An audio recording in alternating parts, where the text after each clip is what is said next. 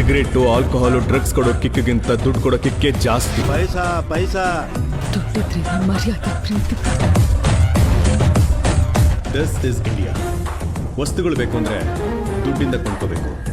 Respect ಬೇಕು ಅಂದ್ರೆ ದುಡ್ಡು ನಮ್ಮ ಮೈ ಮೇಲೆ ಕಾಣಿಸ್ಬೇಕು. ದುಡ್ಡಿಗೆ ದುನಿಯಾ ಅಂದರು ದುಡ್ಡು ಮಾಡಿದ ದೊಡ್ಡ ತನಿಗಳು. ದೇವರೆಂದರು ದುಡ್ಡು ಎಲ್ಲದ ಎಲ್ಲ ಪ್ರಜೆಗಳು. ನಾನೆಂದು